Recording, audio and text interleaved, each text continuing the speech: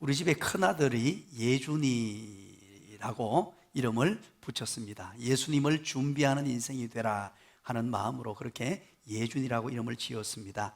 지금 경기도 남양주시에서 군 생활을 하고 있습니다. 40일 천국 잔치가 열리면서 40일 천국 잔치에 참여해 보겠다고 휴가를 맞추어서 얼마 전에 다녀왔더랬죠. 한 열흘 동안에 우리 40일 천국 잔치에 함께 참여하며 찬양팀 드럼 연주를 하면서 은혜를 누리고 이제 얼마 전에 돌아갔습니다. 돌아가서 11월 1일 날 이제 특급 전사로 그렇게 선별이 되어서 조기 진급을 했는데, 원래는 2020년 1월 1일 날 상병 진급인데 2개월 조기 진급을 하는 그런 영광을 얻었다는 것이었습니다. 그런데 얼마 전에 있었던 일입니다. 우리 예준이가 이제 한 얘기예요. 군대에서 요즘 사병들의 언어 생활이 엉망이랍니다. 그냥 욕을 입에 단대요. 아무렇지도 않게 그냥 우리가 듣기에는 그냥 쌍욕이에요. 그런 걸 막 남발하고 있으니까 우리 지휘관이 너무 가슴이 아파서 지휘관이 이제 얼마 있지 않으면 강원도로 전출을 가게 되는데, 전출 가기 전에 이제 사병들에게 한 가지 제안을 했습니다. 모범 생활과 좋은 말 쓰기 운동을 한번 하자.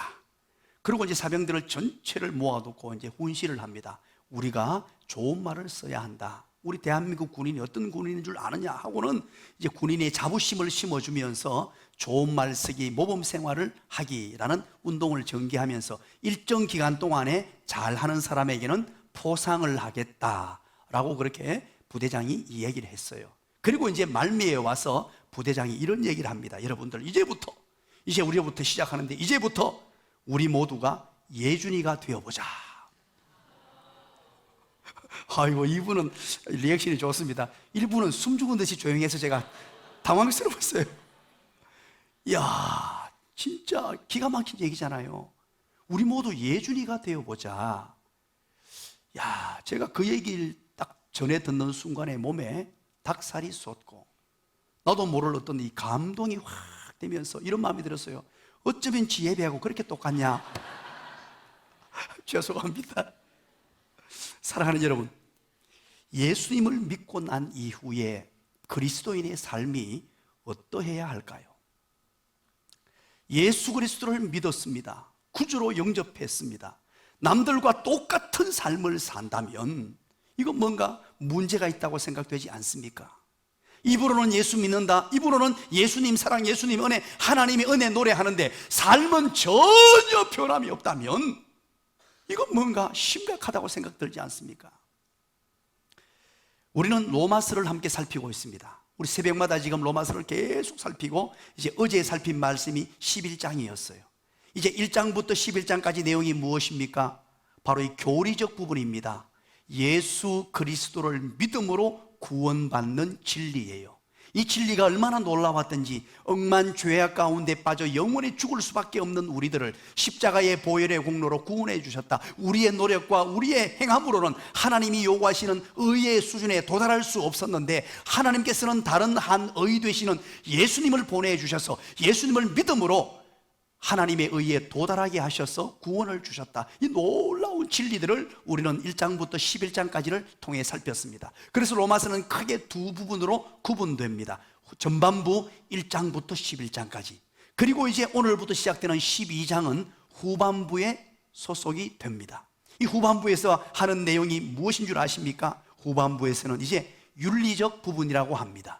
예수 믿고 난 이후에 어떻게 살 것이냐, 예수 믿고 난 이후에 우리는 어떤 모습의 삶으로 살아야 할 것이냐. 그래서 12장 1절 첫 단어를 우리가 다 같이 한번 읽어봅니다. 첫 한 단어만 읽습니다. 시작. 그러므로, 이 그러므로라는 접속사를 사용하면서 1장부터 11장까지 이런 내용 때문에, 이런 원인 때문에 우리는 이런 결과의 삶을 내어놓아야 한다라고 하는 것이죠. 이 그러므로라는 단어는 매우 중요합니다. 하나님의 자녀가 되었습니다. 하나님의 백성이 되었습니다. 이제 그러므로 우리는 어떻게 살아가야 할 것인가, 어떻게 빛과 소금의 역할을 감당하며 어떻게 살아가야 할 것인가, 그 내용들을 오늘 우리는 함께 살펴보게 됩니다. 그렇다면 여러분들 따라서 하지 마시고 대답해 주시기 바랍니다. 여러분 큰 소리로 대답해 주시기 바랍니다. 구원은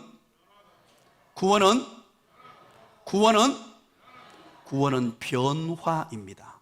변화인데 이것을 transformation이라고 그래요.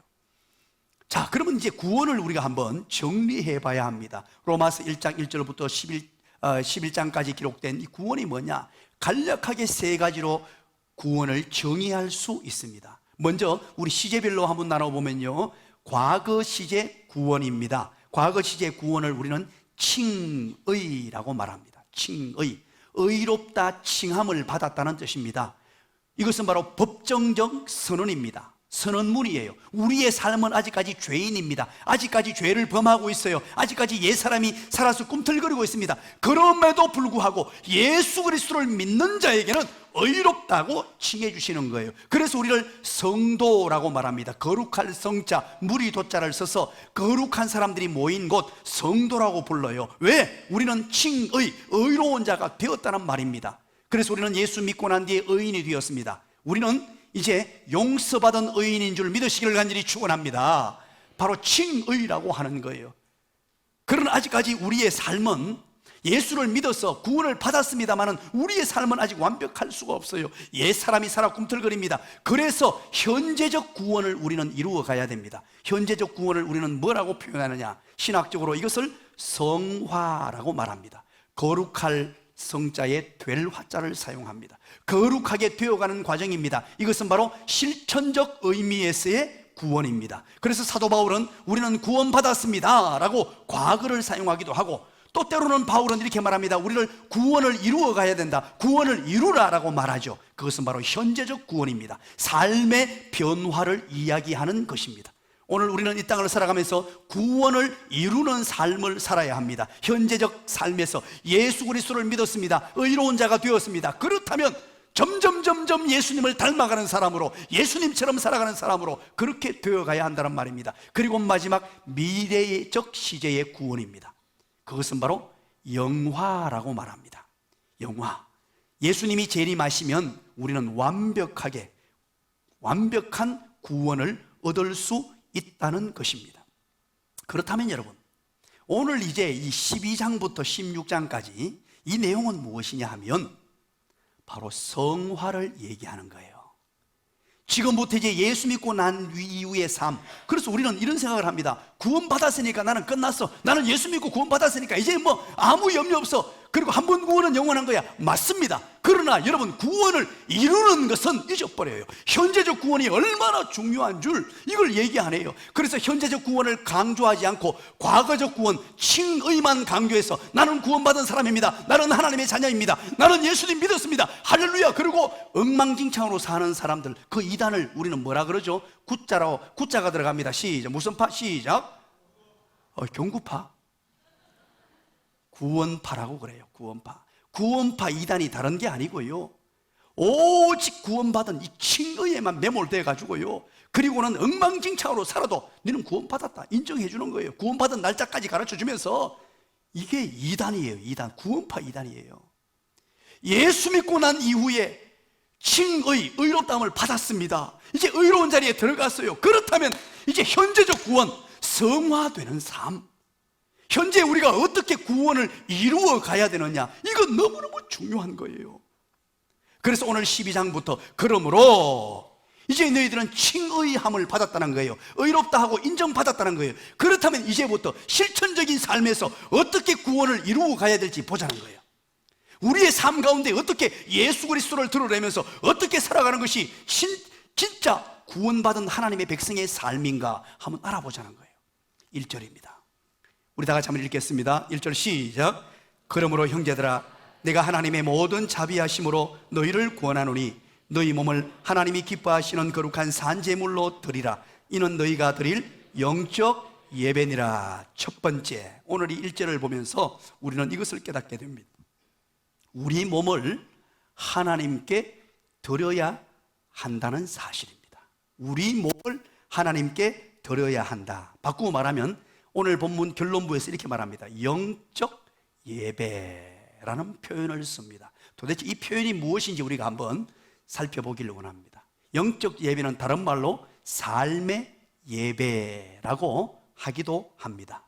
먼저 보세요. 우리 첫 번째 어떻게 됩니까? 하나님의 모든 자비하심으로 너희를 권하노니 그럽니다. 하나님의 모든 자비하심으로 너희를 권한다. 이 권한다는 말은 파라칼로라는 헬라어를 써요. 이 단어를 번역할 때 소환하다, 청하다, 권면하다, 위로하다 이렇게 번역할 수 있는 이 단어가요, 이 속에 정말로 사랑을 듬뿍 담고 누구를 향한 어떤 정말로 위로하고 싶은 마음, 이분들을 정말로 사랑으로 품고 위로하고 싶고, 그래서 나아갈 방향을 제시해 주고 싶고, 올바른 삶으로 나가서 행복과 기쁨이 가득한 삶을 만들어주고 싶을 때 쓰는 단어가 바로 오늘 본문의 파라칼로라는 단어예요.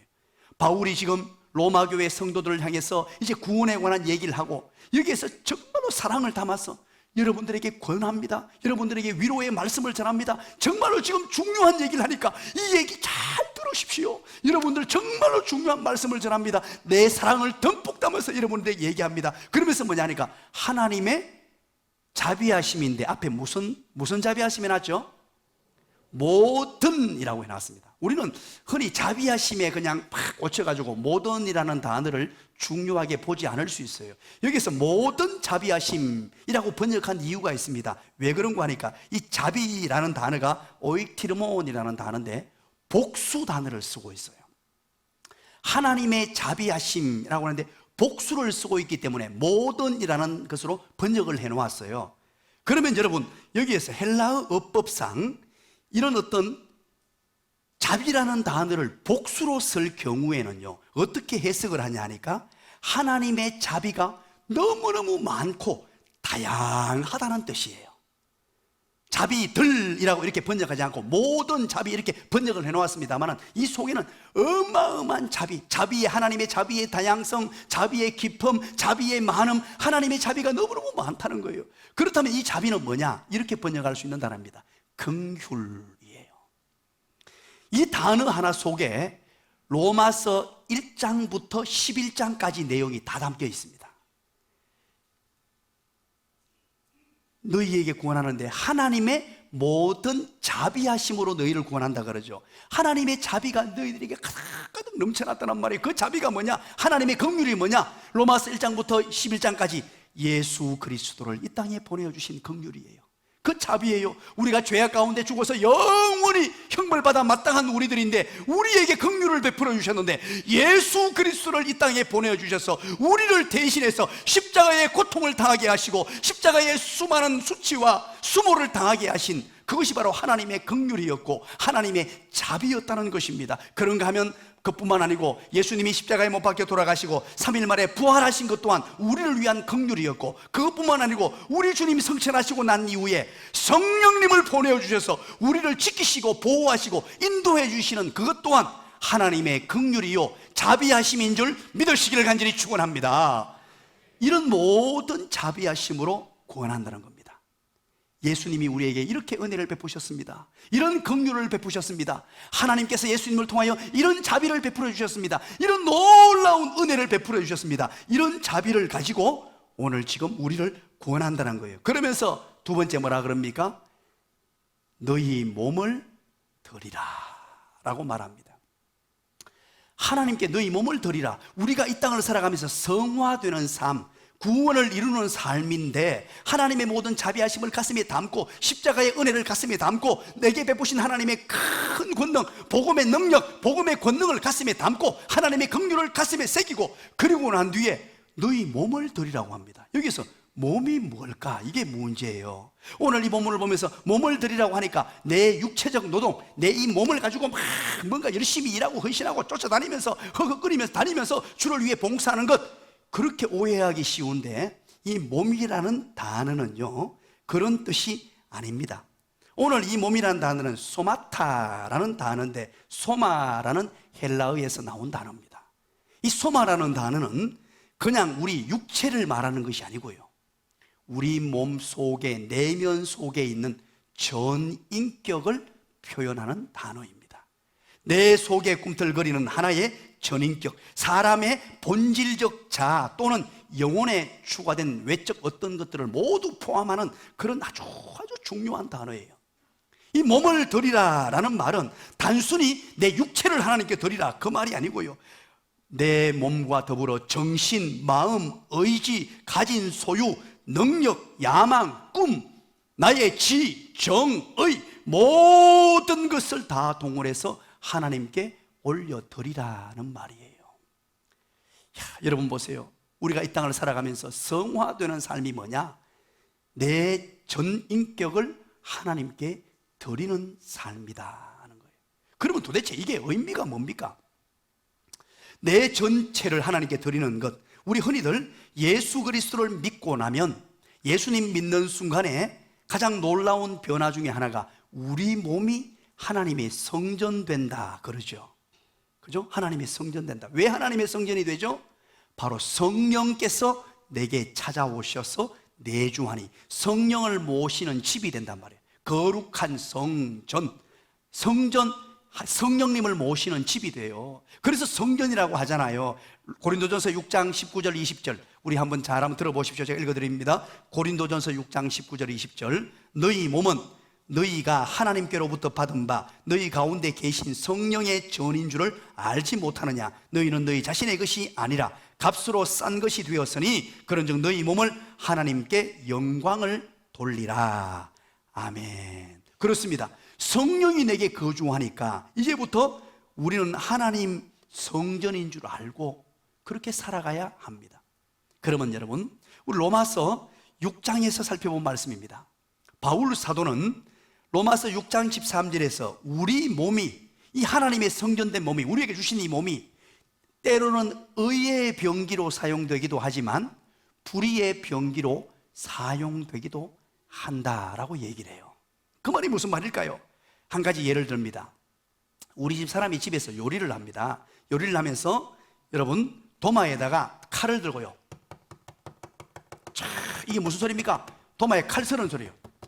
하는데 거기에서요 호박도 서리고 수박도 서리고 뭐 무도 서리고 막 서리가지고 그걸 모아가지고 어디 넣습니까? 된장에 넣습니다. 넣어가지고 쫙 끓이는데요, 얼마나 맛있는지요. 제가 된장 김치를 너무 좋아해가지고. 그런데 이게 도마 소리, 칼을 가는 소리가요 얼마나 아름다운 소리인지 몰라요. 잠을 자다가도 도마에 촥촥촥촥 소리가 나면 제 마음속에 미소가, 자다가도 미소가 싹 번지고 행복해져요. 맛있는 음식을 하는구나, 촥촥촥. 나를 위해서 하는구나, 촥촥촥. 남편을 위해서 하는구나, 촥촥촥. 그런데 이 칼을 강도의 손에 들려주면 무시무시하게 돼요. 로마서에서 말하는 게 뭐냐니까, 이 몸을, 우리의 전인격을 하나님의 손에 붙들린 바 되어서 의의 병기로 사용되는 인생이 되는가, 아니면 사단의 손에 붙들린 바 되어 정말로 불의의 병기로 사용되느냐. 여러분, 교회 안에서 사람 중에 사탄이 없을까요? 없을까요? 대답을 해주세요. 다 듣고는 계시죠? 교회 안에 사람 중에 사탄이 없을까요? 없을까요? 없습니다. 사람은 사탄이 없어요. 그럼 누가 사탄입니까? 사탄이 사탄이에요. 그런데 사람이 때로는 사탄 노릇을 해요. 여러분 아십니까? 어떤 데는요 무서워요. 왜 그러냐니까 내 몸을, 나의 전인격을 불의의 도구에 맡겨서 그런 거예요. 사람은 사탄일 수 없습니다. 사탄과 사람은 다릅니다. 여러분 오해하지 마세요. 그래서 우리를 어떻게 사용되게 하느냐, 이건 너무너무 중요합니다. 우리 몸을 하나님께 드리라고 합니다. 내 몸을 하나님이 사용할 수 있도록 전 인격을, 이것은 바로 나의 생각, 나의 입술, 나의 말, 나의 손, 나의 발, 나의 몸, 나의 모든 것을 하나님께 온전히 드리는 것, 이게 바로 성화라는 거예요. 내 몸을 하나님의 성령께 맡기고 내 몸이 하나님의 성전되는 줄 알고 하나님의 성령이 내게 내주하셨을 때, 하나님 성령님이여 나를 다스려 주시옵소서, 나를 지배하여 주시옵소서, 나의 생각, 나의 행동, 나의 모든 것 성령 하나님께서 나를 주관하여 주시옵소서 맡겨드리는 것입니다. 세 번째 뭐라 그럽니까? 거룩한 산 제물로 드리라 라고 말합니다. 우리 몸을 하나님께 드리는데 세 번째, 거룩한 산제물로 드리라. 이 드리라라는 말은요, 구약시대에 제사장이 제물을 드린다고 할 때 사용된 단어를 그대로 가지고 왔습니다. 이 드리라라는 단어는 파라스테사이라는 단어를 씁니다. 이 단어는 맡기다, 마음대로 하게 하다, 되게 하다, 바치다, 이런 뜻이에요. 내 몸을 하나님께 온전히 드림으로 하나님께서, 주인 되시는 그분께서 나를 마음대로 하실 수 있도록, 나를 바쳐드려서 이제 하나님의 원하시는 대로, 성령께서 뜻하시는 바대로 나를 마음대로 운행하시도록 만드는 것, 그게 바로 이 드리다라는 뜻이에요. 그래서 내 생각도 때로는 내려놓고 내 어떤 철학, 내 어떤 관념, 내가 살아왔던 삶의 방식도 다 하나님께 맡기고 하나님께 나를 드리면 하나님께서 나를 주도하시고 나를 지배하시고 성령께서 나를 이끄셔서 선한 길로 인도하도록, 내 생각도, 내 입술도, 내 손도, 내 발도, 내 마음도, 내 호흡까지도 다 하나님께 드리는 것, 이게 바로 그리스도인의 삶이 되어야 한다는 것입니다. 오늘 여러분, 성령의 지배받는 삶이 무엇입니까? 그리스도인으로서 성화된 삶이 무엇입니까? 우리는 너무 연약합니다. 아직까지도 옛사람이 꿈틀거립니다. 옛사람이 아직 옛습성이 남아있습니다. 그럴 때마다 늘 내게 내주하고 계시는 하나님의 성전된 내가, 내 속에 계시는 성령의 음성을 듣고 나를 온전히 하나님께 드림으로 하나님이여 나를 주관해 주시고 나를 맡아주시고 나를 온전히 지배해 주십시오. 그래서 어느 생활, 손과 발 생활, 모든 것들이 하나님을 기쁘시게 하는 그런 생활 되시기를 주님의 이름으로 간절히 축원합니다. 산제물이라고 하죠. 이 산제물은요, 제물을 올려드릴 때 우리가 흔히 살아있는 제물을 각을 떠가지고 제단 위에 바쳤어요. 그런데 산제물이 뭐냐니까, 그 산제물을 번제단에 올려서 양이나 소를 딱 올려놓고 온전히 불을 살랐습니다. 완전히 불을 확 살려가지고 깔끔하게 태워서 하나님께 올려드렸듯이 우리를 송두리째 드리라는 의미예요. 산제물로 드리라는 말은 그냥 일부는 드리고 95%는 드리고 5% 드리지 말고, 그게 아니고 온전히 완전히 온 산제물이 새카맣게 타서 향기로 올라가듯이 우리의 전부를 하나님께 드리라는 거예요. 이것이 바로 예수 믿는 사람의 삶이라고 하면서 이것을 이제 결론 지으면서 1절에 뭐라 그럽니까? 인원이라고 설명을 해줘요. 인원, 우리 제일 끝에 1절 끝에 우리 다 같이 한번 읽어봅니다. 12장 1절 인원 시작. 인원 너희가 드린 영적 예배니라. 이게 바로 우리 영적 예배라는 것입니다.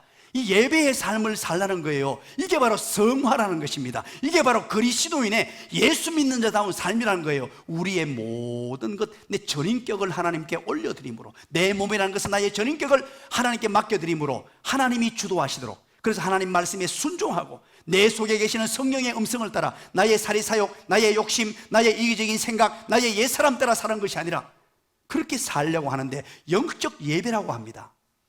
우리에게는요, 예배가 두 가지가 있습니다. 예배의 종류가 두 종류입니다. 첫 번째 종류는 바로 공적 예배입니다. 오늘처럼 이렇게 모여서 예배 드리는 거예요. 정한 시간에 정한 장소에서 정한 사람들이, 하나님의 백성들이 모여서 하나님의 말씀을 듣습니다. 또 기도합니다. 또 하나님 앞에 헌금을 올려드립니다. 이렇게 하나님 앞에 공적으로 드리는 예배가 있고, 두 번째 예배가 있습니다. 바로 삶의 예배입니다. 삶의 예배. 그 삶의 예배를 오늘 로마서 12장 1절에서는 영적 예배라고 그렇게 기록을 하고 있습니다. 자, 여러분들에게 묻습니다. 한번 대답을 해주시기 바랍니다. 영적 예배가, 삶의 예배가 쉬울까요? 공적 예배가 쉬울까요? 어떻습니까? 안 그러면 자, 여러분 이렇게 물을게요. 공적 예배가 중요합니까? 삶의 예배가 중요합니까? 시작. 어느 분이 얘기했습니까? 둘 다 중요합니다. 어느 분이 얘기했습니까? 제가 잘못 들었습니까? 여러분, 둘 다 중요해요. 둘 다 중요한데, 그러나 여러분 반드시, 그리고 분명히 기억하십시오. 공적 예배와 이 삶의 예배 두 가지 모두가 중요합니다만 굳이 중요한 것의 우열을 따지자면 성경에서는 삶의 예배라고 합니다. 이거 여러분 반드시 기억하셔야 돼요. 예수 믿는 자다운 삶의 열매들이에요. 그래서 마태복음의 주제는 열매로 알리라 라고 말합니다. 얼마나 중요한지 몰라요. 예수 믿는 자다운 삶을 살아야 돼요. 나의 몸을, 나의 전인격을 온전히 하나님께 드림으로 말미암아 이 삶의 예배. 그래서 여러분 삶의 예배는 언제 이루어지느냐? 예배 드리고 나가서 축도한 이후에 삶의 예배가 시작됩니다.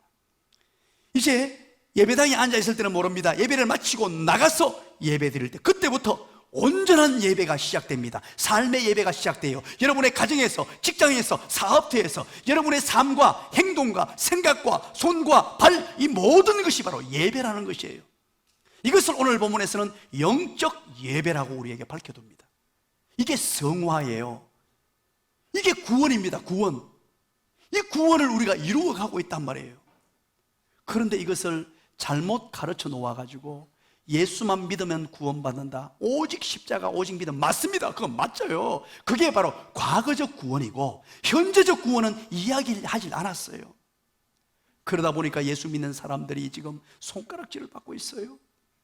예수를 믿음에도 불구하고 거짓말하고, 예수를 믿음에도 불구하고 올바른 언어 생활하지 못하며, 예수를 믿음에도 불구하고 나는 구원받은 사람이다라고 자부하면서 삶은 엉망진창인 것은 왜냐하면 이 로마서 12장부터 16장까지의 이 말씀, 현재 받아야 될 구원을 이루는 이 구원을 몰라서 그래요. 이거 반드시 기억하셔야 합니다. 그래서 여러분 보세요. 여기서 영적 예배라고 하니까 이게 헷갈려요.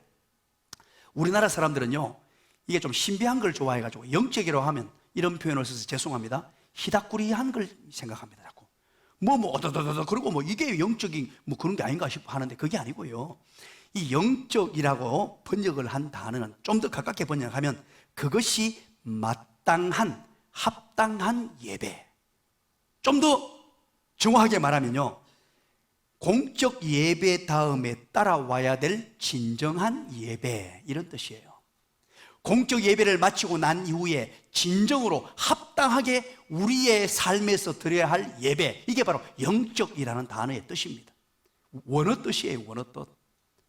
우리의 삶 가운데서 진정으로 어떤 삶을 살 것이냐, 예배하는 삶을 사는 것입니다. 그래서 우리는 삶의 예배자로 성공하는 그런 인생들 다 되시기를 주님의 이름으로 간절히 축원합니다.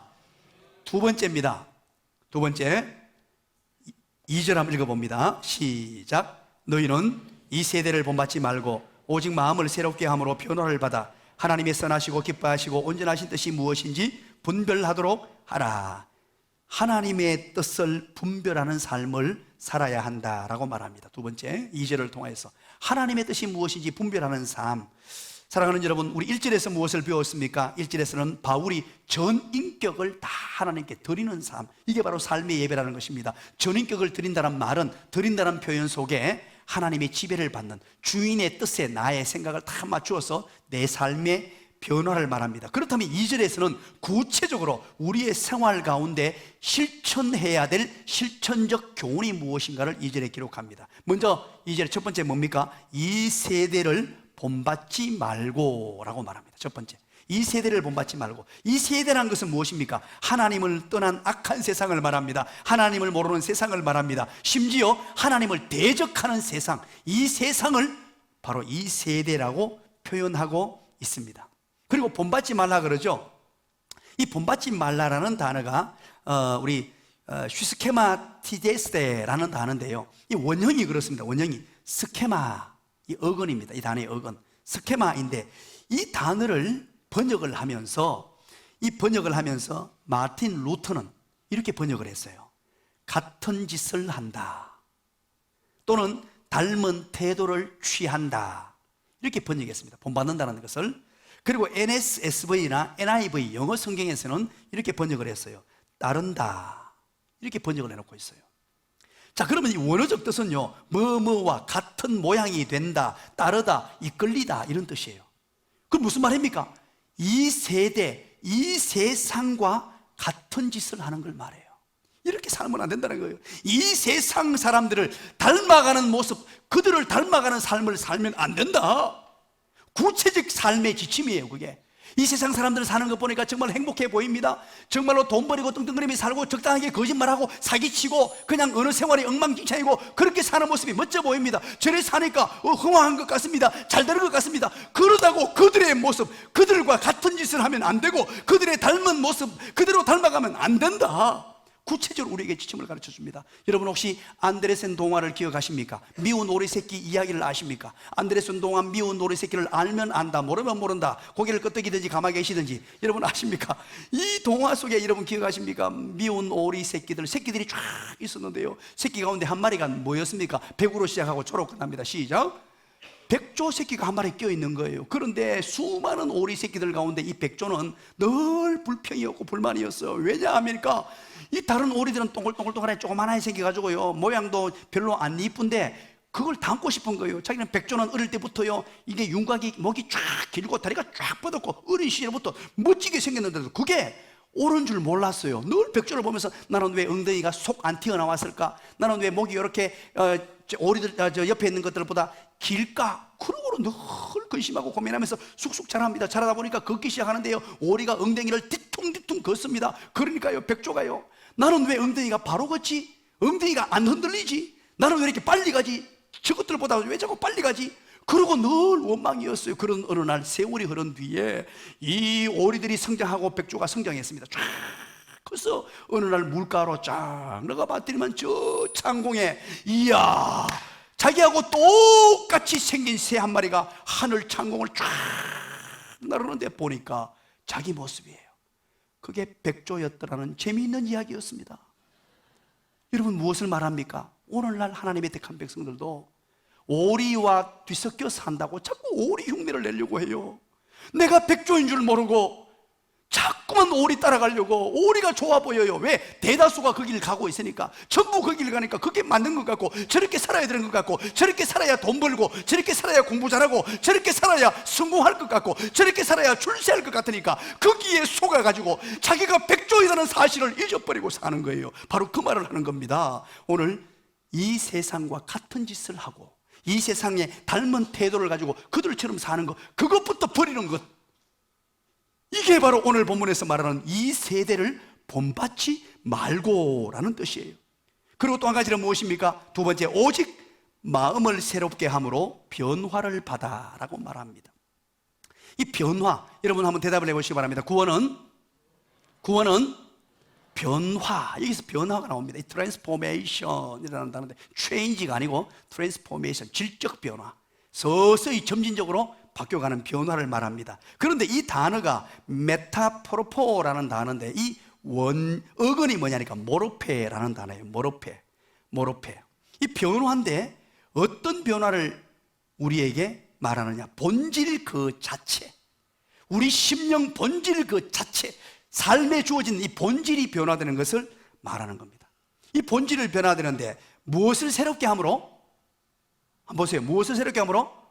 마음이라고 번역해 놓고 있죠. 이 마음이라고 번역해 나왔는데 제가 이 본문을 가지고 계속 묵상을 하면서 헬라 원어 성경을 또 보고 원어 사전을 펼쳐놓고요, 원어 사전 전부 끄집어내놓고 거기에 대한 뜻, 풍요한 뜻들을 전부 다 하나하나 살피면서 이것을 다시 한번 번역을 해왔어요. 이게 조금 여러분들이 듣기에 어감이 확 안 와닿게 번역이 되어 있어서 제가 재번역을 해봤습니다. 이 부분만 번역을 했습니다. 그러나 너의 마음 혹은 생각하는 방식을 새롭게 함으로 계속해서 변화를 받으라. 이게 원어 그대로 뜻이에요. 너의 마음 혹은 생각하는 방식을 새롭게 함으로 계속해서 변화를 받으라. 여기 하나 더 첨가된 게 있죠. 너희 마음의 변화를 받는 게 아니라 또 한 가지, 제가 뭐라고 말씀드렸죠? 생각하는 방식이라는 단어를 첨가하고 거기에 계속, 이 헬라어 어법상 이것은 생략됩니다. 번역할 때 계속이라는 단어를 첨가시켰어요. 사랑하는 여러분, 우리가 이 땅을 살아가면서 이 마음의 변화가 너무너무 중요합니다. 마음의 근본 뿌리부터 이게 변화되어야 돼요. 우리는 날마다 부정적인 생각합니다. 안 된다고 생각합니다. 늘 죄악된 본성으로 옛 사람의 습성 때문에 늘 자꾸만 부정적으로 생각하고 사람을 죽이는 생각을 하고 짓밟는 생각을 하고 이 마음의 생각. 그래서 여러분 이 생각하는 방식의 변화가 일어나야 돼요. 이거 너무너무 중요합니다. 생각이 인생 자체를 바꿉니다. 여러분 제가 새벽기도 때 말씀드렸죠. 로마서를 하면서 기억나십니까? 생각이 변하면 뭐가 변한다고요? 행동이 변하고 행동이 변하면 뭐가 변해요? 습관이 변하고 습관이 변하면 뭐가 변한다고요? 인생이 변한다 했잖아요. 내 인생 자체가 생각에서부터 변하는데 생각의 방식, 이 마음이라는 것은 생각하는 방식이에요. 우리 이번에 둘째 놈 예훈이가 이제 고등학교 2학년입니다. 이제 3학년이 이제 곧 되고 이제 3학년이죠. 그러니까 입시 준비를 해야 되고 해서 이놈이 운동을 너무 좋아하니까 정말 운동을 좋아해요. 그냥 축구공 하나만 놔두면요 뭐 몇 시간을 놉니다. 그렇게 놀고 하는데 얼마 전에 다리를 다쳐버렸어요. 지금 이제 운동회에서 체육과를 가려고 준비하는 중인데 다리를 다쳐버리니까 운동 가지고 테스트해서 대학에 들어가는데 이거 심각한 상황이 왔잖아요. 그래서 3개월, 4개월 만에 겨우 이제 다리가 이제 조금 정상에는 미치지 못했지만 운동할 정도로 돌아왔습니다. 그런데 아랫게 또 이제 도장에 가서 운동한다고 갔다가 이게 운동하다가 그만 다쳐버렸어요. 또 저번에는 왼쪽 발을 다쳤는데 이번에는 오른쪽 발을 다쳤는데 인대가 그냥 파열돼 버렸어요. 그래서 지금 또 기부스를 해놓고요 3개월간 기부스 해놓고 있다가 3개월 이후에 확인해서 수술을 하든지 말든지 하자는 거예요. 그럼 어떻게 됩니까? 지금 이 중요한 시기에 몸을 만들고 운동할 준비를 하고 착착착 어떤 로드맵을 따라 스케줄 따라 진행을 해야 되는데, 그래서 그 얘기를 전해드는 순간에요 제가 얼마나 긍정적인 사람입니까? 모든 부분을 긍정적으로 받는 사람이에요. 무슨 얘기를 하더라도 그 적극적으로 좋은 쪽으로 해석하는 능력이 있어요. 하도 연습을 많이 해서.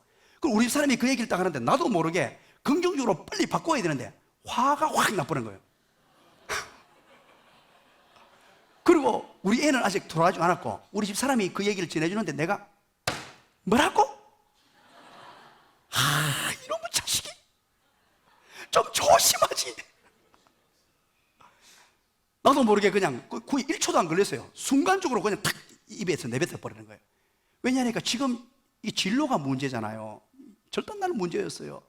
그러면서 딱 그 얘기를 받고 입을 내뱉고 아차 싶어서 빨리 생각을 수습하고 정리하고 긍정적으로 받았습니다. 받고 하나님의 선한 뜻이 있다라고 믿고, 그러고 나니까 우리 둘째 놈이 집에 딱 들어오는 거예요. 들어왔을 때 우리 훈이를 보면서 훈아 고생했어, 아프지? 그리고 위로하면서 한번 이렇게 토닥토닥 해주면서 그렇게 말했어요. 야, 하나님의 선한 뜻이 있을 거야. 이제 다리 다쳤으니까 우리 이렇게 한번 해보자. 이제 그동안 운동한다고 공부를 별로 못했다니 이제 어쩔 수 없이 운동을 못하니 지금부터 책을 펴거라. 그리고 다른 아이들 공부하지 않을 때 기말이 중요한데 기말고사에 혼신의 힘을 다해보면 어떻겠니? 이야, 초긍정이죠. 그렇게 얘기했더니만 이놈이 예 아빠. 사랑하는 여러분, 저는 생각의 혁명이라는 단어를 자주 사용합니다. 마음의 변화, 생각하는 이 생각의 변화, 이게요 그리스도인의 삶의 뿌리예요. 오늘 그 얘기를 하는 거예요. 지금 정말로 복된 삶, 예배자의 삶, 악한 사탄을 이겨내고 이 세대를 본받지 않고 살아가려면요 너희 마음을 변화받는, 생각하는 습성을 변화받고, 이게 변화, 트랜스포메이션이 일어나야 된다는 거예요. 이것을 지금 우리에게 가르쳐주고 있습니다. 그래서 사랑하는 여러분, 소극적으로 말하면 이 상황, 이 마음의 변화, 생각의 변화를 하려면 부정적 상황, 요인들과 멀리 하셔야 됩니다. 여러분 만날 때마다 늘 부정적인 이야기하고 안 된다는 얘기하고 자꾸 사람들을 힘들게 만들고 어떤 어려운 상황, 안 좋은 조건, 이거 다 여러분 멀리 하셔야 돼요. 이거 차단시켜야 돼요. 이거 너무 가까이 하면요 나도 모르게 거기에 같이 빠지게 되고 매몰되게 됩니다. 그래서 여러분 친구를 보면 안다는 뜻이 뭐냐 하니까 친구의 부정적인 요인들 자꾸 말하다 보니까 거기에 귀를 기울여야 되고 나도 거기에 끌려가요. 집에 있는 저질스러운 책들, 비디오들 이런 거 다 정리하는 거예요. 그거 아예 상황, 환경을 전부 정리해 버려야 돼요. 그리고는 적극적으로 두 번째, 마음의 성결함을 위해서 좋은 친구들을 여러분 많이 만나십시오. 여러분 옆에 한번 보세요. 좋은 친구들 앉아 있잖아요. 한번 쳐다보시기 바랍니다. 좋은 친구여서 고맙습니다. 시작. 바로 이런 분들하고 사귀어야 돼요. 이제 늘 만날 때마다 긍정적인 얘기, 믿음의 얘기, 사랑의 얘기, 축복의 얘기, 늘 이런 사람들이 주변에 있어야 돼요. 여러분, 이거 중요한 얘기예요. 그래서 구약 성경의 주제가 뭡니까? 이방인들과 섞이지 말라는 거예요. 왜 여호수아서를 통하여 그 가나안 땅을 점령할 때 다 죽이라고 했느냐? 우리가 볼 때는 하나님 너무하시다. 왜 이방인들 다 죽이라고 하지? 다른 이유가 없어요. 우리에게 영향받지 말라고.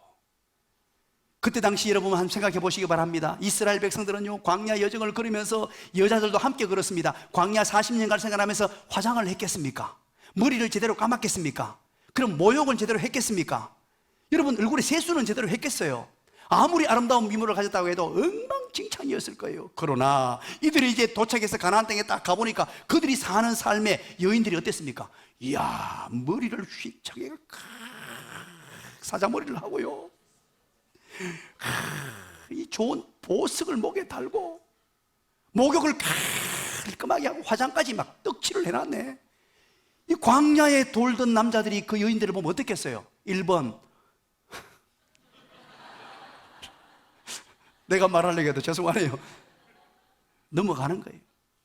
그러면요, 그들이 섬기던 우상 다 빠지게 되고 곧바로 모든 사람들은 그쪽에 마음을 빼앗기게 된단 말이에요. 그래서 좋은 환경을 만들어야 돼요. 여러분, 늘 말씀 듣는 자리로 나와야 돼요. 말씀을 늘 가까이 해야 돼요. 요즘에 우리 교회에 좋은 분위기가 생겼습니다. 은혜의 훈훈한 바람이 부니까요, 이제 설교 듣는 분들이 너무너무 많아졌어요.